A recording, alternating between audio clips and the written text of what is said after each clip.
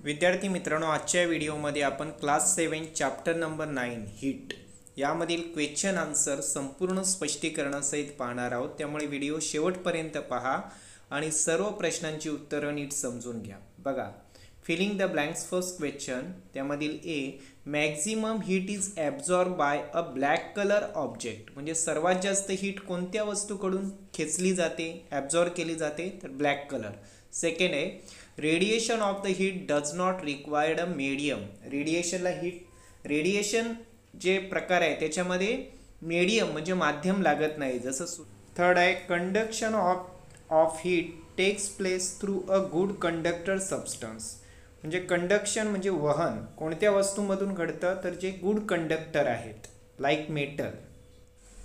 आता क्वेश्चन 2 आहे, what will absorb heat, म्हणजे काही वस्तू दिलेल्या आहेत की ते हीट किती प्रमाणात ॲब्झॉर्ब करतील। स्टील स्पून आहे, नंतर वुडन बोर्ड आहे, लाकडाचा बोर्ड, ग्लास वेझल, काचेचं भांडं आहे, आयरन ग्रिडल, तवा, glass, wooden spoon, plastic plate, soil, water आणि वॅक्स म्हणजे मेन। तर बघा, all the substance will take up heat depending on if it is good or bad conductor of heat, म्हणजे एखादी वस्तू गुड कंडक्टर आहे की बॅड कंडक्टर आहे यावरून ती किती प्रमाणात हीट ॲब्झॉर्ब करेल हे ठरतं। मग बघा, आता मेटल ऑब्जेक्ट म्हणजे धातूची भांडी, सच ॲज स्टील स्पून म्हणजे चमचा स्टीलचा, अँड आयरन ग्रिडल म्हणजे तवा, are good conductor of heat and they will be hot, ते लगेच काय होणार, तापणार, लगेच हीट ॲब्झॉर्ब करतील ते। पण त्या मानाने water is a moderately good conductor and hence it will take up heat slowly and become hot, पाणी काय करणार, त्या मानाने कमी प्रमाणात हीट ॲब्झॉर्ब करणार, पण ॲब्झॉर्ब करेल आणि ते सुद्धा थोड्या वेळाने काय होईल, हॉट होईल म्हणजे गरम होईल। बघा, आता पुढे आहेत वुडन बोर्ड म्हणजे लाकडी, wooden board, wooden spoon and plastic plate are bad conductor of heat, ते हीटचे कसे आहेत, bad conductor, and will not become hot, मग ते हॉट होणार का, गरम होतील नाही, बट कॅच फायर, पण त्यांना आग मात्र लागू शकते। त्यानंतर ग्लास वेझल म्हणजे काचेची भांडी, ग्लास अँड सॉईल म्हणजे माती, are bad conductor of heat, ते हीटचे कसे आहेत, bad conductor, and they may crack on heating, आणि तापवल्यानंतर ते क्रॅक होऊ शकतात, तुटू शकतात। पुढे आहे वॅक्स म्हणजे main, is a bad conductor of heat, ते सुद्धा बॅड कंडक्टर आहे, but after taking up the heat it will melt, परंतु हीट मिळाल्यानंतर ते बर्न तर होणार नाही लगेच, पण काय होईल, लगेच मेल्ट होईल, आधी विरघळेल।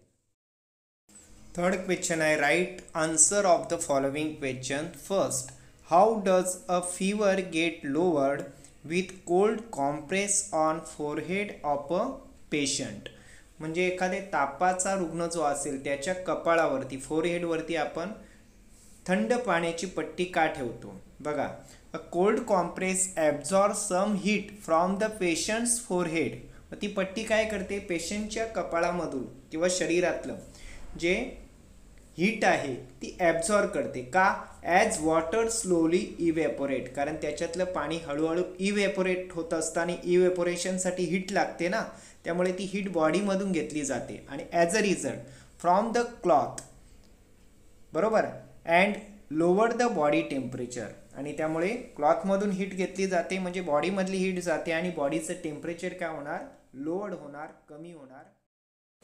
बघा, बी क्वेश्चन आहे, why are the houses in the Rajasthan painted white, म्हणजे राजस्थानातील घरांना व्हाईट कलर का दिलेला असतं। बघा, in Rajasthan atmospheric air temperature is very high in summer, उन्हाळ्यात तिथलं तापमान कसं असतं, खूप प्रचंड वाढलेलं असतं।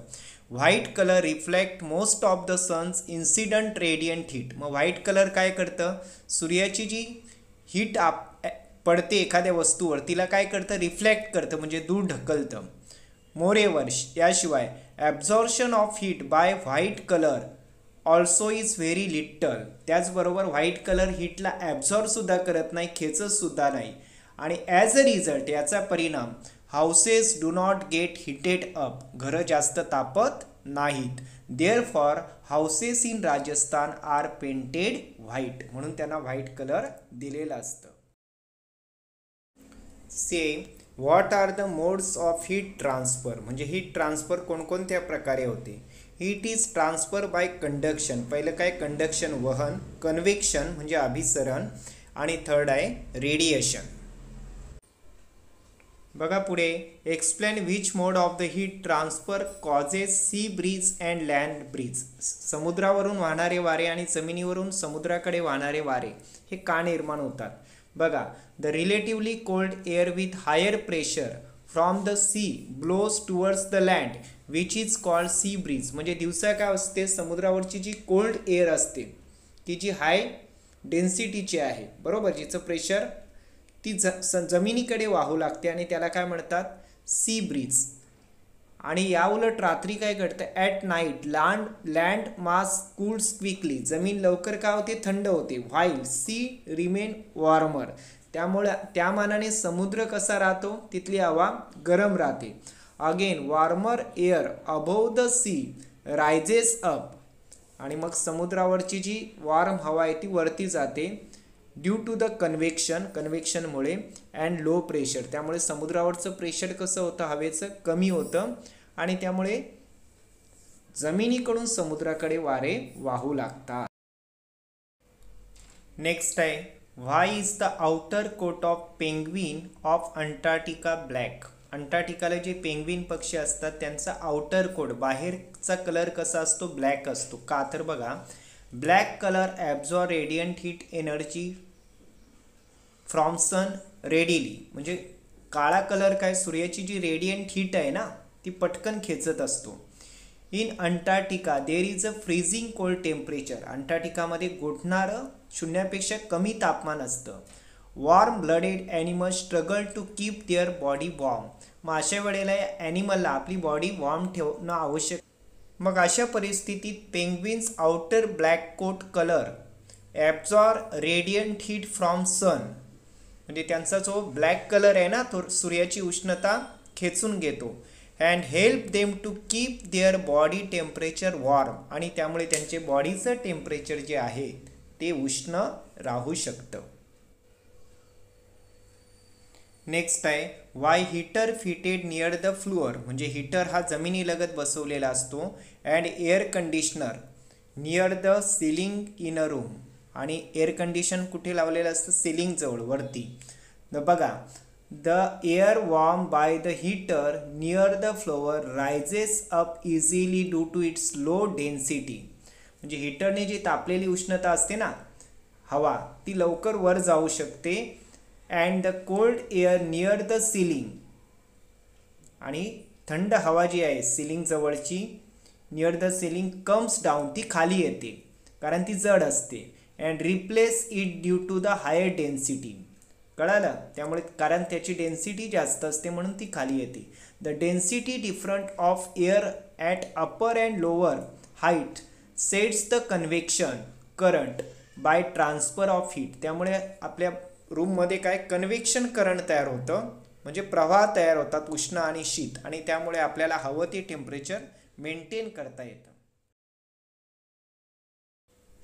बघा क्वेश्चन 4 आहे 8 यातलं, an ordinary glass bottle cracks when boiling water is pour in to it, गरम पाणी जर आपण साध्या काचेच्या भांड्यात टाकलं तर ती लगेच फुटते. But Borosil glass bottle does not, परंतु बोरोसिल ही विशिष्ट प्रकारची काच आहे ना जी प्रयोगशाळेतल्या भांडी वापरतात काचेच्या वस्तू, तर ती पटकन फुटत नाही. असं का होतं बघा, when boiling water is pour in ordinary glass bottle, म्हणजे साध्या काचेच्या भांड्यात आपण गरम पाणी अचानक ओतलं, the surface on which hot water fall expand quickly, म्हणजे ज्या सरफेसवरती ते गरम पाणी पडतं ना ते पटकन एक्सपांड होतं, प्रसरण होतं. The heat does not conducted rapidly from this area, म्हणजे या भागातून हीट पटकन कंडक्टेड वाहून जाऊ शकत नाही. As compare to this part, म्हणजे या पार्टच्या तुलनेने adjacent part does not heat up, बाजूचा भाग काही गरम झालेला नसतो. अँड डज नॉट एक्सपांड आणि त्यामुळे त्याचं प्रसरणही झालेलं नसतं. Hence due to the unequal expansion there is a crack in the bottle. अशा प्रकारे अनइक्वल एक्सपान्शन झाल्यामुळे ती बॉटल काय होते, क्रॅक होते. इन बोरोसिल बॉटल, परंतु बोरोसिल बॉटलमध्ये काय होतं, the heat conduction is uniform म्हणजे एक समान ती तापते. इज क्विकली, व्हेरी क्विकली आणि जलदरित्या. The expansion due to the heat is also uniform. त्यामुळे जे होणारं एक्सपान्शन आहे ते सुद्धा युनिफॉर्म असते, एक समान असतं. Therefore Borosil bottle do not crack. त्यामुळे ती ऑर्डिनरी ग्लासप्रमाणे क्रॅक होत नाही. बी आहे बघा, the telephone wire which sag in summer. उन्हाळ्यात टेलिफोनच्या तारा अशा लोंबकळतात. While become straight in winter आणि त्याच हिवाळ्यात कशा होतात तर स्ट्रेट होतात. असं का? In summer the temperature of the surrounding air is high म्हणजे सभोवतालच्या हवेचं तापमान कसं असतं, जास्त. There for the wire of telephone expand. त्यामुळे ते एक्सपांड होतात, प्रसरण होतं. अँड स्टार्ट सॅगिंग आणि त्यामुळे लोंबकळतात. In winter the surrounding temperature is less. हिवाळ्यात ते टेम्परेचर कसं झालेलं असतं, लेस असतं. अँड हेन्स म्हणून द वायर अंडरगो कॉन्ट्रॅक्शन. त्यामुळे त्यांचं कॉन्ट्रॅक्शन होतं, आकुंचन होतं. अँड बिकम स्ट्रेट आणि त्यामुळे त्यांना कमी जागा लागते, त्यामुळे त्या स्ट्रेट होतात. समजलं? बघा नेक्स्ट आहे, dew drops are form on the glass in winter म्हणजे काचेवरती दवाचे थेंब जमा झालेले असतात हिवाळ्यात. बघा, there is a water vapour in the air. हवेमध्ये काय, पाण्याची वाफ आहे.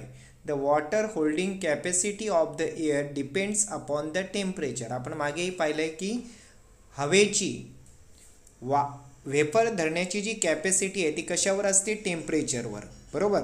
In winter when the temperature falls down म्हणजे हिवाळ्यात टेम्परेचर अचानक खाली येतं.